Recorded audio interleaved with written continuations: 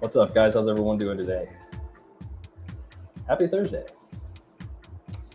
Weird little windy, chilly weather we got going on, but sun's shining.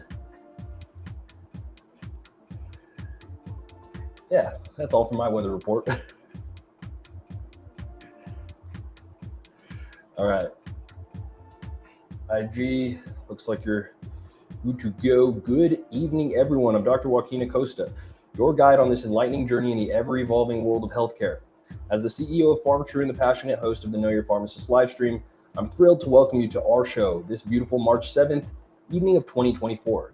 Tonight, we're not just exploring the frontiers of healthcare, we're diving deep into its very heart. Together, we'll unravel mysteries, challenge conventions, and celebrate innovations that are shaping our world for the better. In our Pharmacist Frontline, sponsored by the visionary team at PharmTrue, we're shedding light on a critical lawsuit that exposes alarming disparities in prescription drug costs. It's a topic that impacts each of us, directly or indirectly, and demands our attention and action. Moving forward, in Tech Talk, we'll marvel at the groundbreaking Stelo by Dexcom, a trailblazing glucose biosensor that's democratizing diabetes care in the over-the-counter world. It's a testament to how technology can empower us, and I can't wait to delve into this revolutionary development with you. Our Enlightenment Hour takes a local yet significant turn as we discuss New Mexico's bold move to adopt a 180-day school calendar. This decision resonates with the pulse of our communities, affecting our children's future and the fabric of our society. In the Herbal Wellness Corner, brought to you by High Horse Cannabis Company, we're exploring the calming world of CBN, an intriguing compound offering new avenues for relaxation and well-being. It's about understanding the subtle nuances of nature's gifts. Our community spotlight shines bright on the Baked Chicken Farm, showcasing their commendable efforts in healthcare accessibility and community engagement. We are going to be unpacking the Desert Paws low-cost vaccine clinic on March 9th from 10 to 1 p.m. And don't forget, after that, we are jumping into our Men's Health Minute, sponsored by the exhilarating Vado Speedway Park. We'll delve into the vital role of urologists in men's health, highlighting the importance of comprehensive care and prevention. I'm here tonight not just as a host, but as a fellow traveler on this journey of discovery and empowerment. Let's connect, collaborate, and create a future where health and happiness are accessible to all. So sit back, engage with us, and let's make this evening a memorable one. Together, we're not just viewers and speakers, we're partners in shaping a healthier world. Welcome to Know Your Pharmacist. Let's get started. All right, chipping away at the old block. Let's jump into our Pharmacist Frontline segment. So, relatively new news regarding old news. Lawsuit exposing hidden factors driving up prescription drug costs. You guys want to talk about it? I sure do, because again, this is now starting to affect everybody, and communities are the ones who are suffering, guys. So listen to this. Imagine having to pay almost $10,240 for 14 milligram pills of terflunomide, a generic prescription drug for patients with MS. Now imagine if the same strength of that 90-day supply only cost $40.55 at a Wegmans pharmacy, $40.05 at a ShopRite, less than $80 at a Walmart or Rite Aid pharmacy, and as little as $28.40 at the Mark Cuban Cost Plus Drug Company. This egregious example of how the U.S. health insurance system drives up prescription drug prices comes from a lawsuit filed February 5th against the pharmaceutical company Johnson & Johnson and against J&J's Employee Benefits Committee. The lawsuit has nothing to do with J&J's role as a maker of pharmaceuticals, reports Bob Herman and Ed Silverman of STAT, explaining this story. The story's called The Sweeping New Lawsuit, right? Are employers liable if they overpay for drugs? Instead, the case focuses on Johnson & Johnson as an employer that buys health benefits and prescription drugs for its workers and its family members. The lawsuit also shows how Johnson & Johnson may be liable for violating the Federal Employee Retirement Income Security Act of 1974. The ERISA requires employers' health plans to protect the interests of employees and families enrolled in those plans. Johnson & Johnson has over 100,000 workers worldwide and provides many of them and its retirees in the United States with healthcare and prescription drug benefits, the complaint says. The case could have sweeping ramifications, potentially open the doors for any large self-insured employer to face legal action. Under ERISA, Herman and Silverman reported, and the nation's largest pharmacy benefit managers and employee benefits consulting firms that employers pay to to manage health and drug benefits could be named in similar lawsuits, experts told Herman and Silverman. So this case is important for healthcare reporters, specifically for many reasons. First, the lawsuit highlights the power of journalism because it includes multiple mentions of the 4,000-word stat investigation that Herman wrote in June. In that article, Herman explained that the nation's largest employers pay consulting firms to get the best deals possible from PBMs and to ensure that these middlemen are not ripping them off for unfair contracts. So what's the big problem about that, right? Business consultants, that's a normal line of business. There's nothing shady about business consultants unless they're dealing with PBMs, right? But a largely hidden flow of money between major consulting conglomerates and PBMs compromises that relationship, a stat investigation showed. Herman wrote, some consulting firms are getting paid more, a lot more, by the PBMs and health insurance carriers that they are supposed to scrutinize than by companies that they're supposed to be looking out for. In the same article, Herman explained that the United States spent over $633 billion on prescription drugs in 2022. Adding the conflicts of interest he cited cause employers to spend unknown billions of dollars of employee benefit consultants and PBMs.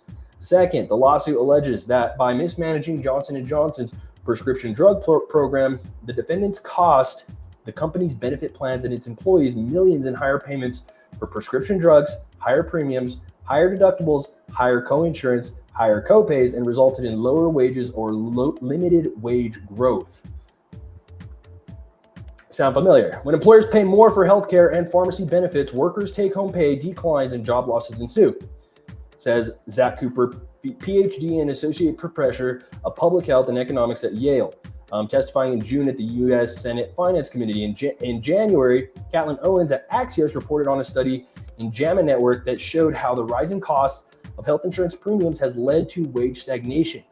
Families with workplace health insurance may have missed out on $125,000 in earnings over the past 3 decades as a result of rising premiums eating into their pay, according to a new JAMA Network open study, Owens wrote. So, the lawsuit filed in the U.S. District Court in New Jersey on behalf of the plaintiff, Ann Lewandowski, a J&J employee working as a health policy and advocacy director on leave due to a dispute regarding a reasonable accommodation for a medical condition, the complaint explains. Specifically, the lawsuit charges that Johnson & Johnson and its benefit committees mismanaged the prescription drug benefits provided to the Johnson & Johnson workers and violated the fiduciary responsibilities employers have to workers. Under ERISA, employers have a fiduciary responsibility to manage benefits plans solely in the interest of workers and family members, the U.S. Department of Labor says. The lawsuit against Johnson & Johnson and its benefits committees is the first to involve plan members suing their employers for breach of fiduciary duty, according to a benefit consultant Herman and Silverman quoted. Reporting on the Johnson & Johnson lawsuit for the Wall Street Journal, Melanie Evans and Anna Wild Matthews quoted Elizabeth Mitchell, chief executive of the Purchaser Business Group on Health in San Francisco, a coalition of employers. This is the first suit of its kind that we're aware of. Mitchell said it definitely will not be the last. And for the past year or so, PBGH has been offered educational sessions to its employer members to explain the potential legal liability involved in providing health and drug benefits to its workers. Mitchell added, Johnson & Johnson didn't do enough to get a good deal on prescription drugs, and the employees overpaid for some generic drugs designated as specialty medications by millions of dollars. Evans and Matthews reported the lawsuit asked Johnson & Johnson to make good on losses to the employee's health plan from alleged mismanagement, but doesn't stipulate a sum. Like Johnson & Johnson, most U.S. employers contract with PBMs to manage workers' prescription drug benefits, a practice health policy experts, lawmakers, and others believe is partly responsible for the nation's high drug prices. Herman and Silverman reported. The lawsuit alleges that the Johnson & Johnson contracts with Express Scripts, the PBM health division of health insurer Cigna, and with the benefits company Aon, Johnson & Johnson allowed its selection of the PBM to be guided or managed by a broker with a potential conflict of interest, the lawsuit adds. An analysis of the prices that Johnson & Johnson and the benefits committee agreed to reveals a staggering markup from prices charged to comparable plans by other traditional PBMs. Such high prices exceed the prices that fiduciary would agree to pay, it adds. Employee benefit consultants sometimes require PBMs to pay anywhere from $1 to $5 for every prescription that an employee, family member, or retiree under an employer's contract, Herman and Silverman reported. In exchange, consultants will recommend that the employer choose that PBM, a fact that may not be disclosed to the employer because it receives payment. The consultant firm also may not scrutinize the PBM contract, which allows the PBM to profit more on certain drugs. As you can tell how completely wild that whole situation is. I mean, really what it's coming down to is these PBM consultants somehow sprouted out of the PBM, hellhole. And so these PBMs created these consultants to go help make businesses feel like they have to be contracting out, better rates with the PBMs who are already doing a big time disservice to the country, the communities, and everybody involved. So, they give you this consultant to be your liaison to go find you the best deal when the consultant's getting paid to do what he's doing by the PBMs to work you into the deal they wanted you in the first place, right? And they just put the lipstick on the pig, and here's Johnson & Johnson right now getting a little bit exposed, right? So again, is it Johnson & Johnson's fault? I don't think this is on the employer, guys. Like, this is on the PBMs. They've created such an effed up system that, employers, of course, businesses are doing anything they can to save a buck. You want to know that you're getting the best price. That's part of business. That's okay. There's nothing wrong with that, right? But what something wrong is that the system is created so that you can be perceiving that you're going to be getting the best price when you're actually getting ultra ripped off and ultra scammed, right?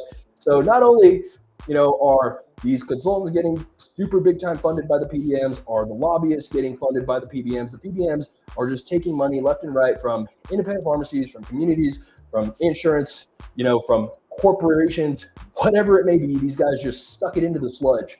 And, the result of that is Americans are paying $12,000 per person average in healthcare when, other wealthy countries around the world are paying an average $4,000 less per person.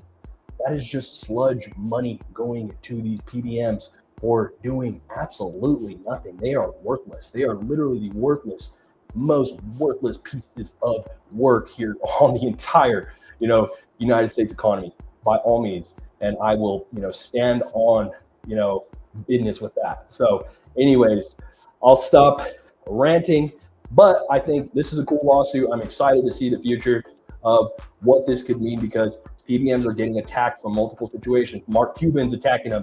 The National Community Pharmacists Association attacking them. Independent pharmacies now have a voice with guys like Mark Cuban. Employers and these other companies, and actually the people that are paying these benefits, taxpayers, right, are slowly starting to understand how completely screwed up this entire thing is, right? And so, you look at, potential wage loss or whatever, these lawsuit alleges, you can just pretty much consider the economic and socioeconomic consequences, of this kind of dirty business that has somehow infiltrated our American healthcare system, over the past 20, 30, 40 years, guys. So let's move on to tech talk. So coming on to some pretty cool news that I'm very, pumped about here. Stelo by Dexcom, the first glucose biosensor cleared by the FDA, is over the counter. So, where I do want to see insurance is paying for the continuous glucose monitoring system, right? You attach the glucose monitor on your arm for like 2 weeks or 10 days, whatever, these systems might require. And then you rechange it out every 10 days, but that's all you have to do. You don't have to prick your blood, multiple times a day. It logs it, in the Bluetooth system that it's already synced with, on your phone. And from there, your doctor can access it remotely. They can access it at their visits. You can access it, and it can actually even give you good data about what's going on with your blood sugar, right? So for people who do not have that access to that care, that are buying over-the-counter test strips, right? If you're buying over-the-counter test strips with a brand name, you're paying like, at least $50 plus for maybe 25, 30 strips. Guys, that's like 10 days worth of strips. You usually test before every meal 3 times a day at the very least, especially if you're, type 2 diabetic, right?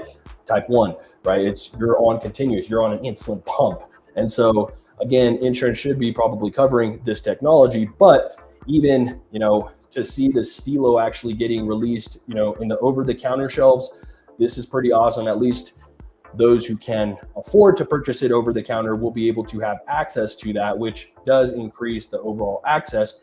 However, again, the caution that I do caution when it comes to this new tech and this new stuff is that people aren't trained on it, right? All of a sudden, you may spend X amount of dollars on this sweet new, Cadillac of a glucose monitor, and you have no idea how to use it, and you screw up a couple of the, glucose monitoring patches or whatever it may be, or you screwed up something and you have to rebuy it, right? Or it doesn't work and you lose faith in it, and your healthcare provider may or may not understand the actual machine, or you may not look at the directions, you may not call on the box, right? So it's really helpful to have somebody walk you through how to put on the monitor, how to use it, how to get the app on your phone, how to get it synced up, make sure it's working, make sure there's no defects, to get somebody in some situation where they're spending hundreds of dollars on pretty much what they may feel like is bunk, just because they don't know how to set it up, right? And so that's kind of that technological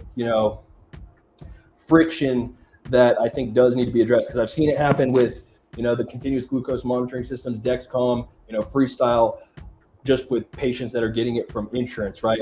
All of a sudden, you blow it with your first patch or whatever, and then you're out of glucose monitoring for 2 weeks, right? And so insurance won't pre-approve you a new one, and then you have to go and beg the pharmacy to help call, Dexcom or Freestyle or whoever that might be, and help you get a replacement part, or you have to go do it yourself. But again, how many people are actually able to even do it themselves, or actually have that knowledge to really put it all together? It's actually health literacy, tech literacy. You're combining a whole lot of literacy there to make sure that thing works out smooth. So, the responsibility ends up falling on caregivers and other people to make sure that they understand how these systems work before people start sticking them on their body and paying hundreds of dollars to do so. So again, my advice, ask a lot of questions before you're gonna make these purchases. Do your homework, know how you're gonna use it, walk yourself mentally through it before you ever buy it, whether it's insurance or over the counter. If you have questions in any steps of the process, obviously reach out to pharmacy, reach out to pharmacist, reach out to your nurse, whoever it may be that can actually help close those little literacy gaps for you, right? So it takes that extra time. If you're a caregiver for someone, then, go and be a caregiver, do a good job. Like, understand that,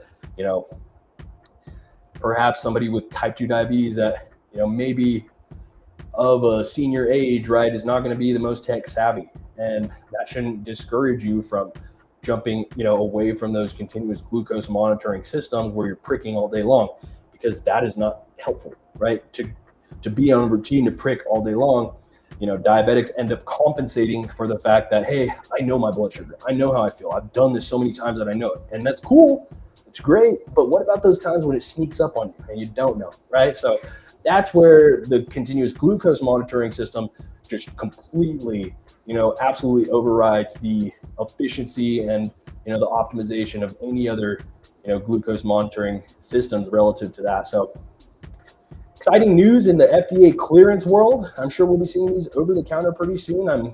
My guess is you're going to be paying, at least to get it started for the initial pack, probably like close to $300 and probably close to $150 on every single month of monitoring after that. So again, talking to your doctors about it, getting it covered under insurance, making sure either the PA goes through or which one your insurance covers. These are great things to continue to move on.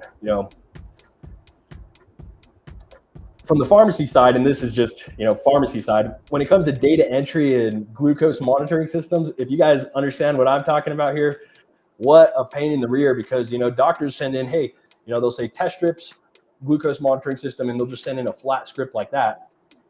There's like 15 billion brands of different ones. Insurances, every single insurance covers different ones. So you have to go, and submit, figure out which one's covered.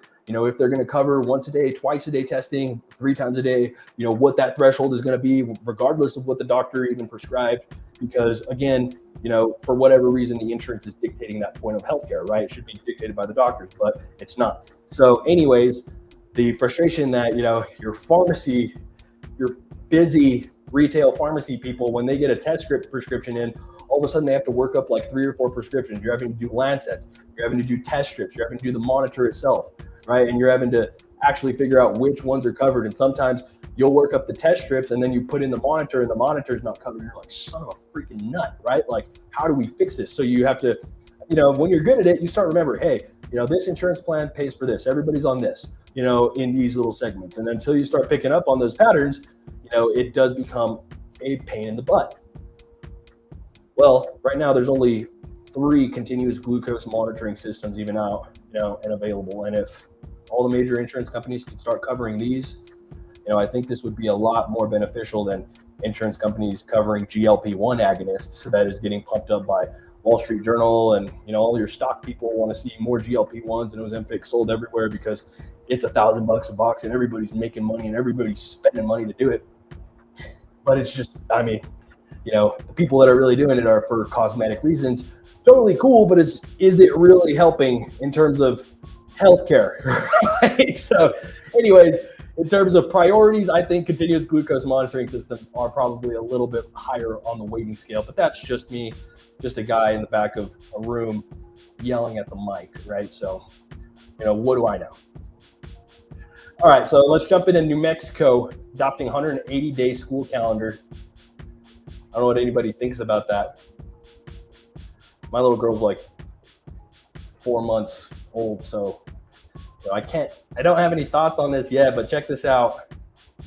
New Mexico Public Education Department has adopted a statewide requirement of a minimum of 180 instructional days. The calendar rule goes into effect in the 24-25 school year. The adopted rule allows for 4-day school weeks, which requires a minimum daily attendance for high school students.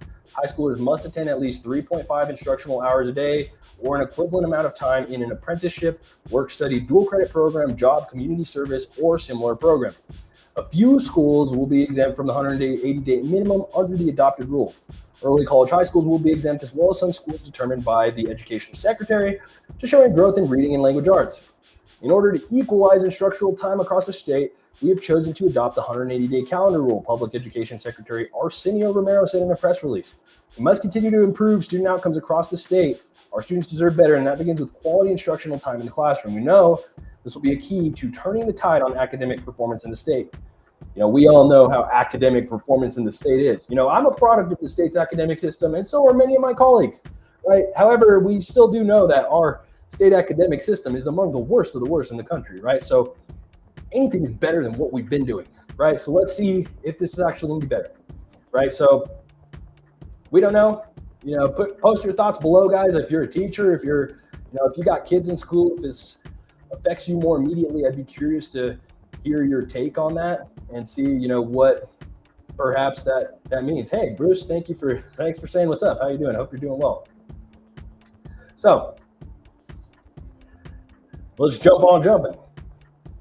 Our Herbal Wellness Corner brought to you by High Horse Cannabis Company. Hope everybody is shopping High Horse. All the best deals right now, guys. 2 for $40 on the Farmers Quality concentrates. Clear them out, guys. That is insane. 2 grams for $40 in concentrates. Ridiculous right now. Pre-roll deals, 4 for $20, 5 for $30 on select growers, ounces, Animus Cannabis. We're looking at, $100 recreational. These are really, really good, high quality, good ounces that are, hitting 30+% THC on some of these strains. But it's not always about THC percent, right? It's about terpenes.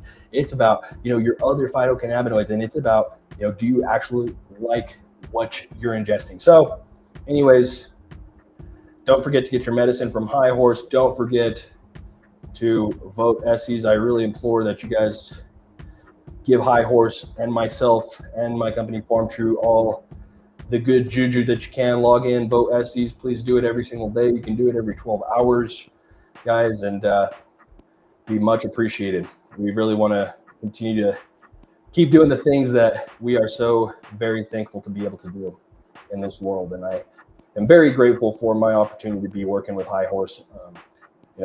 This has been such a blessing in disguise, for sure, guys. So anyways, jumping on, talking about CBN. Let's talk about CBN. Over time, THC oxidizes and converted into CBN. Ultraviolet light and heat accelerate this process. What does that mean? Guys, when you're storing cannabis, it's actually very important to take a look at, are you storing it away from light, away from heat? Because you literally could be converting THC into CBN, right? And, in terms of oxidizing that, you're oxidizing away all the dollars you spent on THC. Is CBN the more relaxing form of THC? I don't know if data is quite there yet. What we do know is that CBN is less psychoactive than THC, and due to its lower potency, it has not been the subject of much research. Some patients report that they prefer CBN-rich products for promoting sleep or relaxation without impairment, though few patients have infrequently reported higher concentrations of CBN associated with a stimulating effect. And what we do know is that cannabis is a bidirectional, substance. It works a little bit different for everybody. It's very interesting in those regards, right? Anyways, the reports are likely complicated by the breakdown and evaporation of other compounds in the cannabis during the exposure to ultraviolet light and or heat. So without much more research, it's difficult to discern the therapeutic value of CBN itself. CBN, often highly marketed for sleep, for relaxation, but does the data fully support it? Not as much as, I think the consumers that are using CBN perhaps may believe. And it's nothing I want to go and, knock anybody on, but, it is worth noting for sure, especially if you're spending top dollar on a marked up product because it has CBN in it. In that case, I would say protect your dollar, and find a cheaper CBN product at the very least, unless you're totally just okay with spending that. But it's kind of, shooting from the hip. But if the placebo effect works, let it work, right? Don't break the bank. Even when cannabis is stored in ideal conditions, THC can still gradually convert to CBN, and the medicinal effect can change over time. Sun-drying cannabis is a common practice in tropical and equatorial regions that have high humidity and plenty of sunlight, in the simplest way to dry the flowers and prevent mold growth. But brown sun-dried cannabis contains higher levels of CBN as well. So, when it comes to the drying and the curing processes of cannabis, CBN can absolutely, find its way in there. It is more of a byproduct than a, active ingredient, in my humble opinion.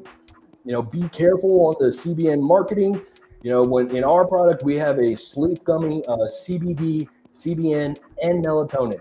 You want to know why I put CBN in there? We didn't change the price, but I put CBN in there because people want CBN, right? And we can do that, right? So that's fine, because CBD and melatonin, when you're looking in the cannabis market, everybody's somehow been, prior shoppers have been trained to shop for CBN.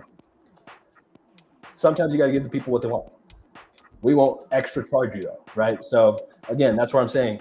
If you see, a slew of CBD products and then that CBN sleep product on somebody's shelf, somehow super marked up, that is a red flag. They are marking you up, right, for a byproduct, a waste product, depending on who wants to define it. Anyways, be sure to vote High Horse, vote me, vote Farm True. Ask these guys, we need you. We really do. We want to continue to have a great impact here in the state of New Mexico. All right, so let's jump in. Community Spotlight brought to you by the Baked Chicken Farm. Talking about the Desert Paws low-cost prescription vaccine clinic on March 9th from 10 to 1 on 403 East Lowman.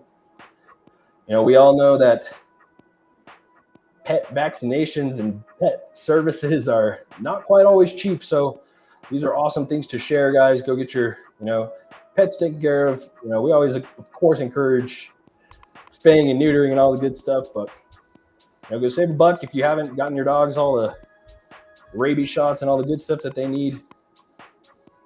Get her done. And kitties.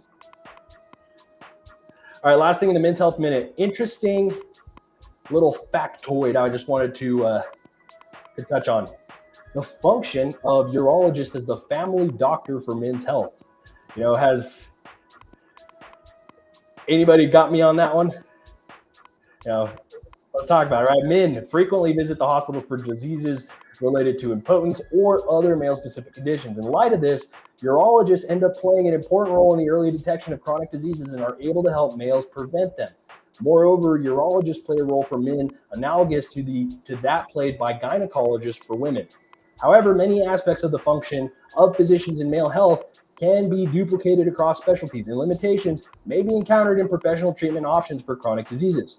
Preferentially, screening males with urological diseases is important to identify common associated diseases such as diabetes, hyperlipidemia, and hypertension.